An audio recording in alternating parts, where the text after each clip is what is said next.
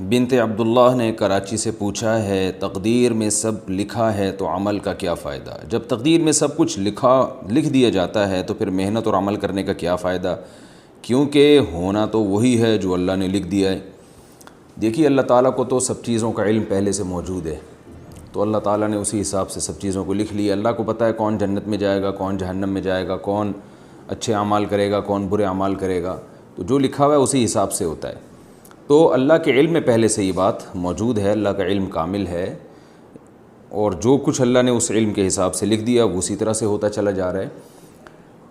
باقی یہ رہا یہ مسئلہ کہ پہلے سے لکھا ہوا ہے تو جنت میں کیوں جائے گا، جہنم میں کیوں جائے گا انسان، اس کے دو جواب ہیں، ایک الزامی جواب اور ایک تحقیقی جواب۔ الزامی کہتے ہیں کہ کوئی شخص کسی بات کو نہ مان رہا ہو تو اس کو کہنا کہ بھئی یہ دلیل آپ یہاں نہیں مانتے تو وہاں تو مان رہے ہیں آپ۔ تو بات یہ ہے کہ کھانا پینا بھی تو تقدیر میں لکھا ہوا ہے، پیسے کمانا بھی تو تقدیر میں لکھا ہوا ہے، تو پھر کوشش کیوں کرتے ہیں، کھانا پینے کی دسترخوان کیوں لگاتے ہیں؟ تقدیر میں ہوگا تو نوالا اٹھ کے منہ میں خود بخود چلا جائے گا، وہاں کیوں نہیں سوچتے؟ یہ الزامی جواب ہے۔ تو جیسے وہاں نہیں سوچتے، آپ کو عمل میں بھی خود عمل کرنا پڑے گا، ایس تقدیر پہ بھروسہ کر کے آپ کو بیٹھنے کی اجازت نہیں ہے۔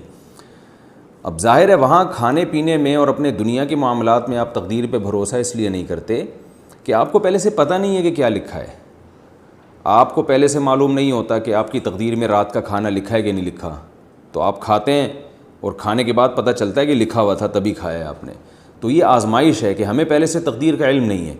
اگر کسی کو پہلے سے تقدیر کا علم ہو اور اسے معلوم ہے کہ تقدیر میں زنا لکھا ہوا ہے اور وہ زنا کر لے، اور اللہ قیامت میں اس سے پوچھے کہ تم نے زنا کیوں کیا، وہ کہے گا کہ اللہ میری تقدیر میں تو پہلے سے لکھا ہوا تھا، میں نے تو دیکھ لیا تھا، مجھے تو پتہ چل گیا تھا، تو شاید اللہ اسے معاف کر دے کہ بھائی جب لکھا ہوا تھا تو نے تو کرنا ہی تھا۔ لیکن مسئلہ یہ ہے کہ اگر کوئی شخص زنا کرتا ہے، قیامت میں اللہ اسے سزا دے گا اور وہ یہ کہے کہ اللہ تقدیر میں تو زنا پہلے سے لکھا ہوا تھا تو مجھے سزا کیوں مل رہی ہے؟ تو اللہ کہیں گے تجھے کس نے بتایا تھا کہ زنا لکھا ہوا ہے؟ تو یہی آزمائش ہے، ہمیں پہلے سے پتہ نہیں ہے کہ کیا لکھا ہوا ہے، ہمیں تو کام کرنے کے بعد پتہ چلتا ہے، یہی آزمائش ہے۔ تبھی قرآن مجید میں اللہ تعالیٰ کے ارشاد ہے کہ جب نافرمان لوگ کہیں گے کہ اللہ تو نے تو پہلے سے یہ سب چیزیں تو پہلے سے طے شدہ تھیں کہ ہم نے کیا کرنا ہے، تو اللہ تعالیٰ فرمائیں گے قُلْ هَلْ عِنْدَكُم مِّنْ عِلْمٍ فَتُخْرِجُوهُ لَنَا، کیا تمہیں پہلے سے اس بات کا علم تھا؟ اگر تھا تو وہ لے کر آؤ ہمارے سامنے۔ تو تقدیر پہ لکھے ہوئے ہونے کے باوجود جو آزمائش ہے وہ آزمائش ہی رہتی ہے، اس لیے کہ ہمیں پہلے سے معلوم نہیں ہے۔ اس کی علماء نے بڑی بہترین مثال دی ہے کہ ایک ٹیچر اپنے اسٹوڈنٹس کو پڑھاتا ہے، اپنے شاگردوں کو پڑھاتا ہے، اور اسے پتہ ہوتا ہے کہ میرا کون سا شاگرد ہونہار ہے، کون سا محنتی ہے اور کون سا نالائق ہے۔ جو پورے سال محنت نہیں کر رہا اور امتحان میں چونکہ نقل بھی نہیں ہوگی تو اس کو پہلے سے پتہ ہوتا ہے کہ یہ 0 نمبر لے گا، تو استاذ کیا کرتا ہے کہ جو امتحانی پیپر ہے اس میں جو رزلٹ ہے نا اس میں پہلے سے 0 لکھ دیتا ہے، کیونکہ اس کو پہلے سے پتہ ہے کہ اس نے کرنا کرانا کچھ نہیں ہے، میں اسے پہلے سے جانتا ہوں کرے گا کچھ بھی نہیں ہے، تو پہلے سے 0 لکھ دیتا ہے۔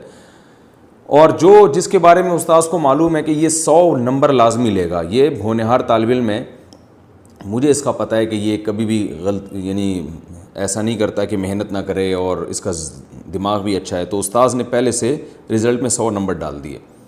لیکن استاذ اپنے اس رزلٹ کی بیس پہ جو استاذ نے نمبر لگائے رزلٹ اناؤنس نہیں کرتا بلکہ امتحان لیتا ہے تاکہ کل کو حجت تمام ہو جائے۔ جب امتحان لیتا ہے تو نالائق طالب علم جو ہے اس کے کوئی کویشچن ہی حل نہیں کرتا، اس کے یعنی جب اس کے پیپر ایگزامینر یعنی جب پیپر جو ہے وہ ٹیچر جو پیپر چیک کرنے والا ہے اس کے سامنے آتا ہے تو وہ دیکھتا ہے کہ اس نے تو کچھ بھی نہیں کیا، صرف صفائی کے نمبر اگر اس کو دیے جائیں تو دیے جائیں، کیونکہ خالی پیپر چھوڑ کر آیا ہے، ایک ڈاٹ کا نشان بھی نہیں ہے اس میں، تو وہ 0 لگا دیتا ہے۔ اور جس ہونہار طالب علم نے پیپر بھرپور طریقے سے حل کیا ہے وہ 100 لگا دیتا ہے۔ تو جس ٹیچر نے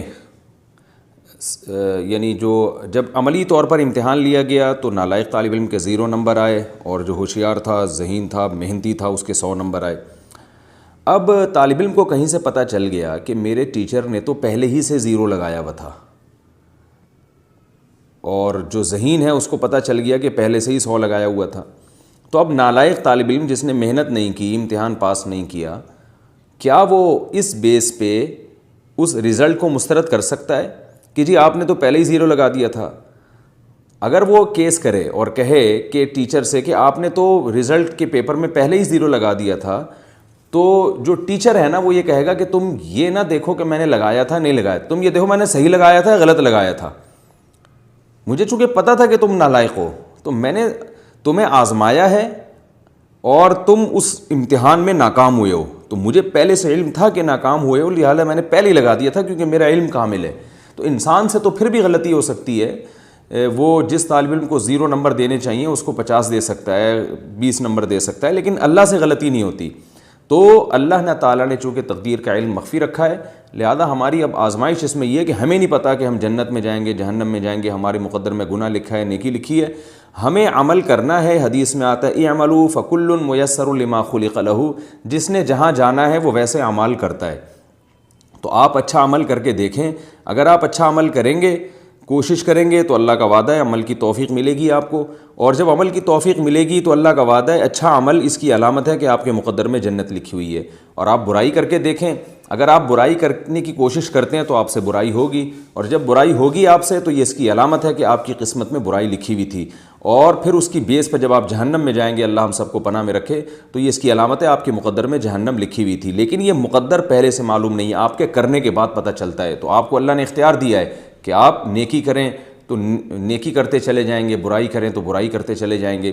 جیسے دنیا میں اللہ نے رزق بھی مقدر میں لکھا ہوا ہے, تو ہم رزق کی تلاش پھر بھی کرتے ہیں کیونکہ ہمیں نہیں معلوم کہ ہمارے مقدر میں روزی ہے یا نہیں ہے. ہم اگر اعتماد کر کے بیٹھ جائیں ہم تو پھر تو یعنی بالکل ہی برباد ہو جائیں گے. ایک آدمی نہ کھانا کھاتا ہے, نہ پانی پیتا ہے, اور نہ وہ زندہ رہنے کے اسباب اختیار کرتا ہے, اور وہ یہ کہتا ہے کہ مجھے تو نہیں, یعنی اگر مقدر میں زندگی ہوگی تو بچ جاؤں گا. تو ظاہر ہے یہ نہیں بچے گا, بھوکا مرے گا, اور مرنے کے بعد پتہ چلے گا کہ اس نالائق کے مقدر میں موت لکھی ہوئی تھی. تو ہمیں مرنے سے پہلے پتہ نہیں ہے, لہذا ہم زندہ رہنے کی کوشش کرتے ہیں. بالکل اس کی مثال ایسے ہے جیسے زید نے بکر کو قتل کیا. اب بکر کو قتل کیا, بکر کے وارث زید کے پاس آئے اور کہنے لگے کہ ہم آپ سے انتقام لیں گے. اب زید دلیل میں تقدیر کا حوالہ پیش کرتا ہے. زید دلیل میں یہ کہتا ہے کہ میں نے 20 سال کی عمر میں بکر کو قتل کیا. بکر کی عمر 20 سال تھی, تو تقدیر میں اس کی عمر 20 سال لکھی ہوئی تھی کہ نہیں لکھی ہوئی تھی؟ بکر کے جو وارثین ہیں, لواحقین ہیں, وہ کہیں گے یقیناً موت کا وقت تو مقدر ہے. تو زید کہے گا کہ جو وقت مقدر تھا اسی پہ مرا ہے نا وہ, تو میرا کیا قصور ہے اس میں؟ تو کیا بکر کے لواحقین زید کو اس بیس پہ چھوڑ دیں گے؟ یقیناً نہیں چھوڑیں گے, اور دنیا میں کوئی بھی نہیں چھوڑتا. تو جیسے وہ نہیں چھوڑتے, اللہ بھی نہیں چھوڑے گا, قتل کی سزا دے گا.